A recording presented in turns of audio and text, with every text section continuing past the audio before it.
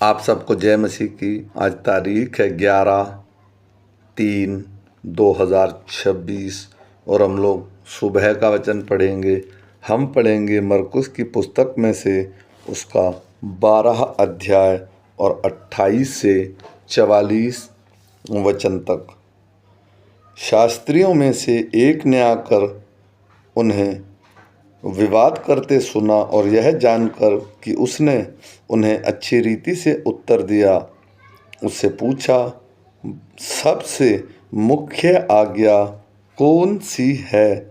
यीशु ने उसे उत्तर दिया, सब आज्ञाओं में से यह मुख्य है, हे इज़राइल सुन, प्रभु हमारा परमेश्वर एक ही प्रभु है और तू प्रभु अपने परमेश्वर से अपने सारे मन से और अपने सारे प्राण से और अपनी सारी बुद्धि से और अपनी सारी शक्ति से प्रेम रखना।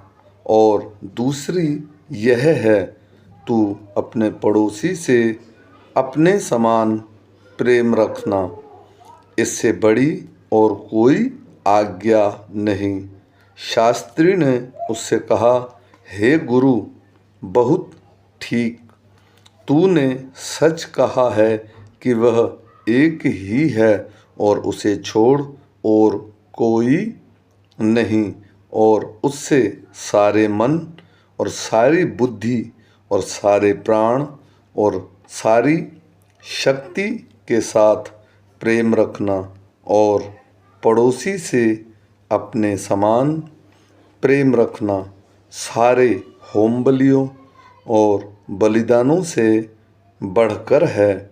जब यीशु ने देखा कि उसने समझ से उत्तर दिया तो उससे कहा, तू परमेश्वर के राज्य से दूर नहीं। और किसी को फिर उससे कुछ पूछने का साहस न हुआ। फिर यीशु ने मंदिर में उपदेश करते हुए यह कहा, शास्त्री कैसे कहते हैं कि मसीही दाऊद का पुत्र है? दाऊद ने आप ही पवित्र आत्मा में होकर कहा है, प्रभु ने मेरे प्रभु से कहा, मेरे दाहिने बैठ, जब तक कि मैं तेरे बैरियों को तेरे पाँवों की पीढ़ी ना कर दूं। दाऊद तो आप ही उसे प्रभु कहता है, फिर वह उसका पुत्र कहाँ से ठहरा? और भीड़ के लोग उसकी आनंद से सुनते थे। उसने अपने उपदेश में उनसे कहा, शास्त्रियों से चौकस रहो, जो लंबे लंबे चोगे पहने हुए फिरना और बाज़ारों में नमस्कार और आराधनालयों में मुख्य मुख्य आसन और भोज में मुख्य मुख्य स्थान भी चाहते हैं। वे विधवाओं के घरों को खा जाते हैं और दिखाने के लिए बड़ी देर तक प्रार्थना करते रहते हैं, ये अधिक दंड पाएंगे। वह मंदिर के भंडार के सामने बैठकर देख रहा था कि लोग मंदिर के भंडार में किस प्रकार पैसे डालते हैं, और बहुत से धनवानों ने बहुत कुछ डाला। इतने में एक कंगाल विधवा ने आकर 2 दमड़ियाँ जो एक अधेले के बराबर होती हैं डाली।